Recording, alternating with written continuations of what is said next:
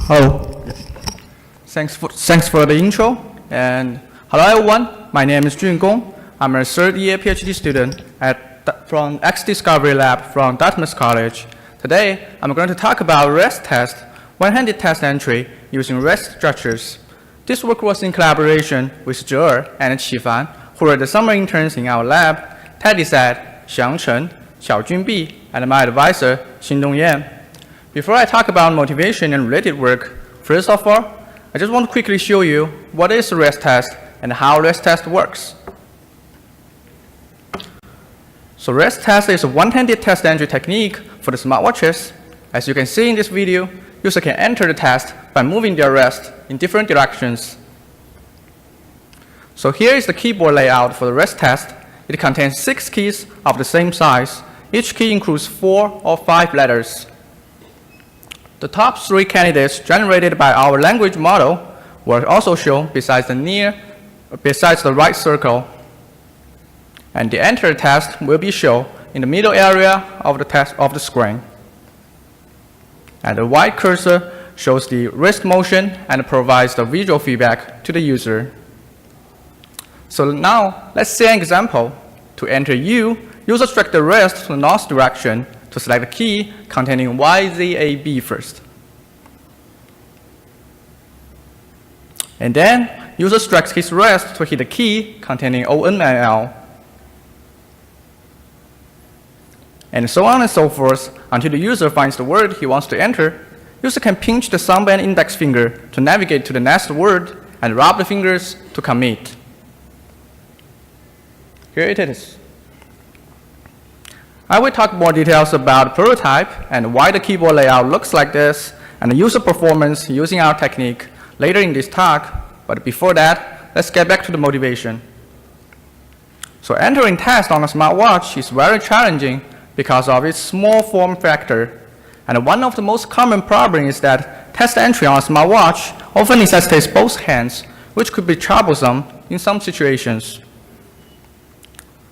For example, when you're holding a couple of books, at this time, your advisor sends you a message saying, meeting an hour, reply now, and you panic and you really want to reply now, and then you try to enter the test, but the books falls down.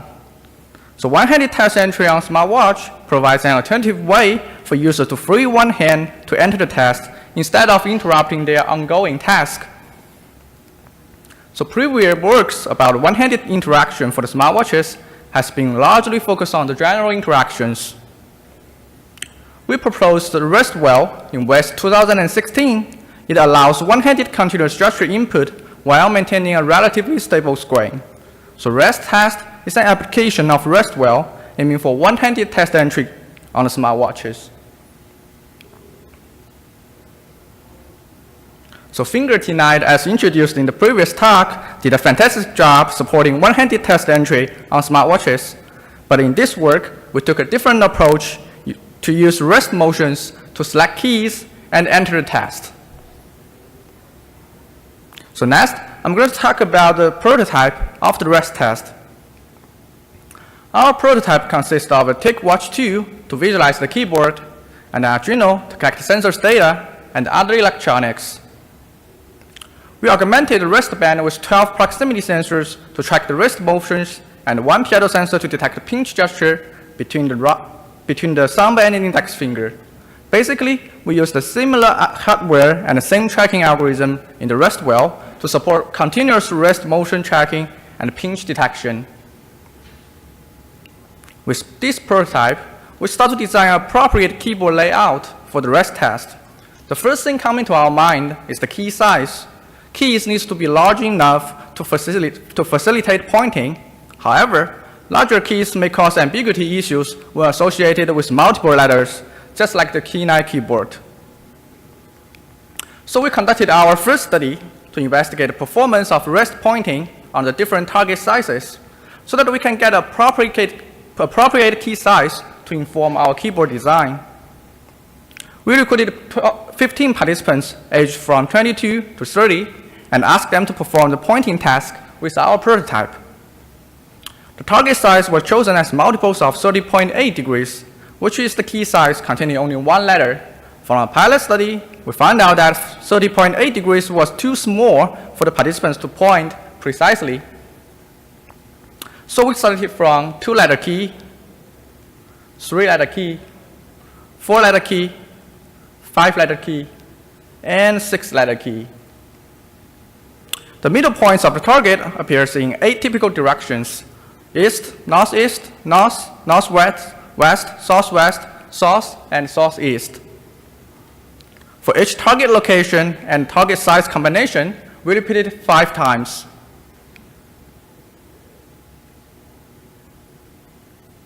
So here are the pointing accuracy results.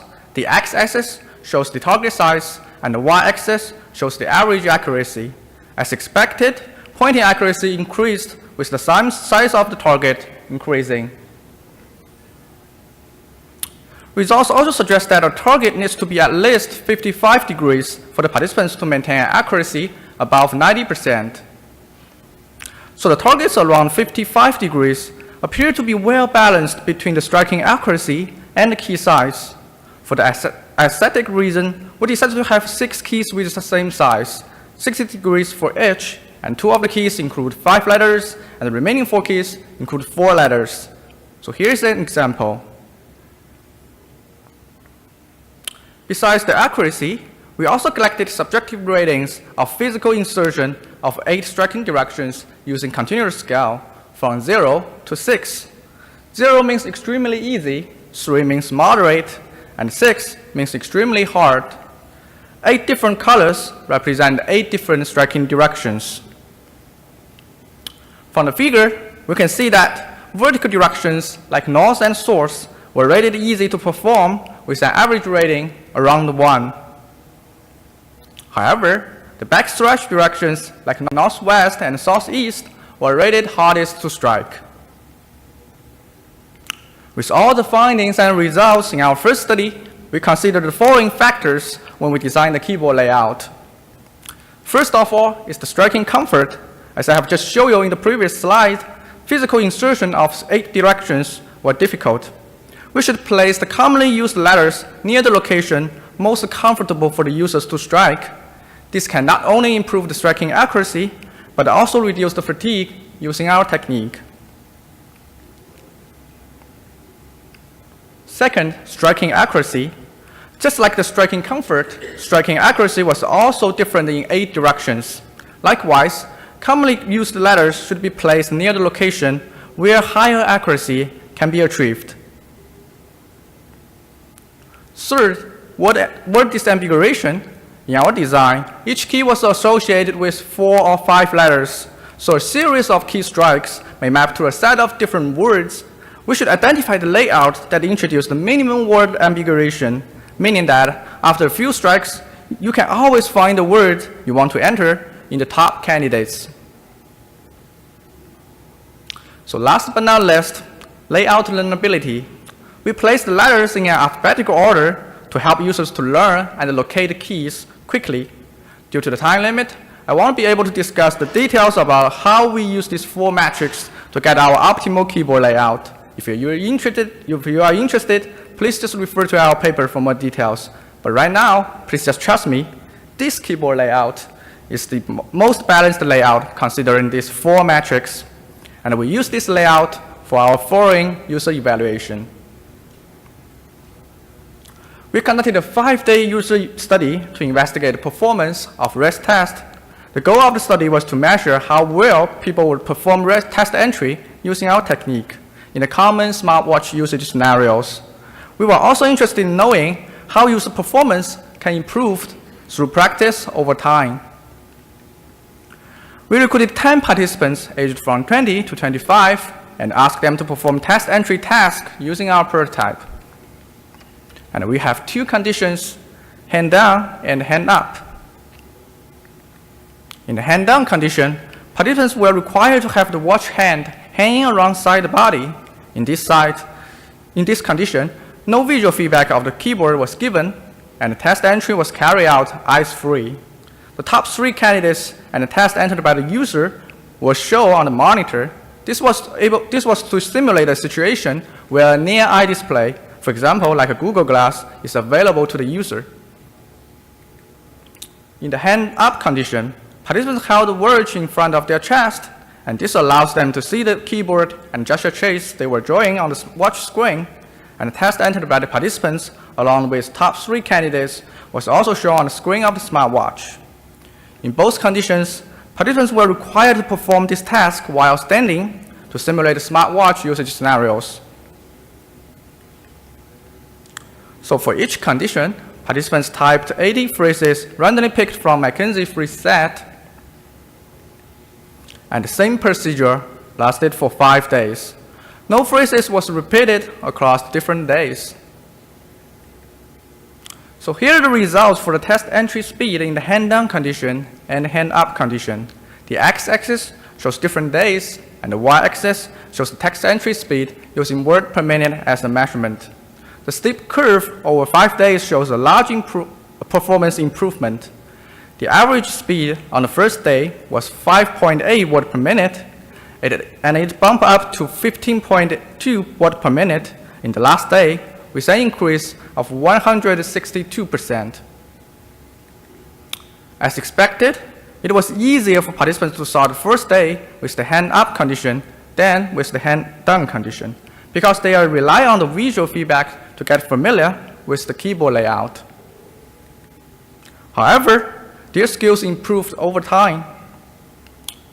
The speed in the hand-down condition caught up in the day 4, and we also got some subjective feedback from our participants saying that after they got familiar with the keyboard layout and striking at directions, it was much easier for them to enter the test in the hand-down condition. And here are the results for the total error rate in the hand-down condition and the hand-up condition. The x-axis shows different days, and the y-axis shows total error rate, including corrected errors and uncorrected errors.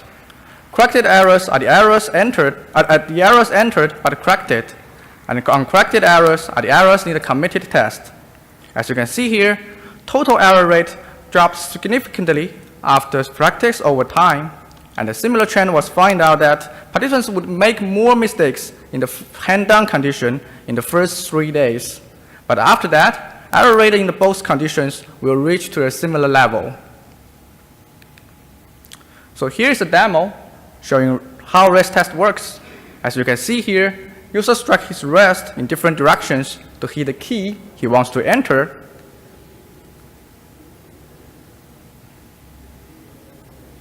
And use pinch gesture to select the word. The word will be committed automatically after the user hits the next key. And here is the regular speed.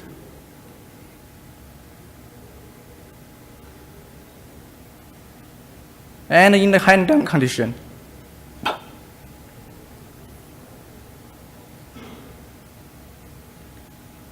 So for the future works, there are a few things we want to do. WrisText still need extra sensors like proximity sensors and piezo sensors. We are interested in extending this work by exploring one-handed test entry technique using the existing sensors on the smartwatches. Through our second study, we find out that users' pointing accuracy could be largely improved with practice, meaning that the key size can be further reduced to decrease the input ambiguity, which might result in a different keyboard layout. Long-term research effort should be done to keep improving the keyboard layout. Aside from 2 tested postures, further evaluation should be done in more usage scenarios, like walking, and we also want to deploy our device in the field to evaluate the effectiveness of WrisText in the real-world environment. With that, I want to conclude our work. We proposed a one-handed test entry technique on the smartwatches by whirling the wrist. We carefully designed the keyboard layout considering learnability, striking accuracy, striking comfort, and word disambiguation. A 5-day user study showed that participants were able to type as fast as 50.2 words per minute in the last day. And I think this is all I want to share about for today, and I'm more than happy to take any questions. Thank you.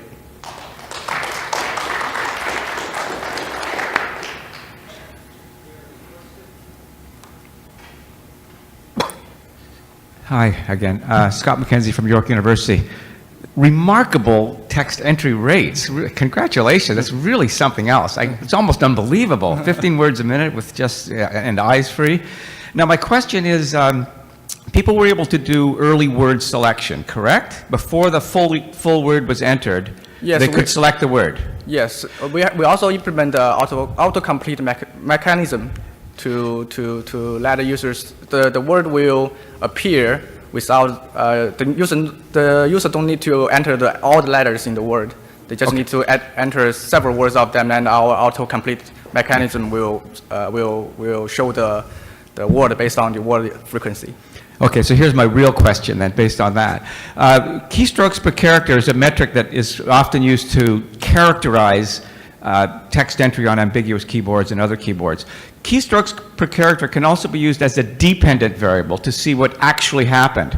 And I'm wondering whether keystrokes per character was below 1 in the actual data that you collected. In other words, because of word completion and so forth, it's possible, with ambiguous keyboards, yes, keystrokes per character is always above 1, unless you add word completion and things like that. And then it has the potential to go below 1. Do you know what keystrokes per character was? Yes, we also present the text entry speed without auto-completion mechanism in our paper. I don't remember the data exactly, but I think it's about 10 word per minute. Yeah, okay.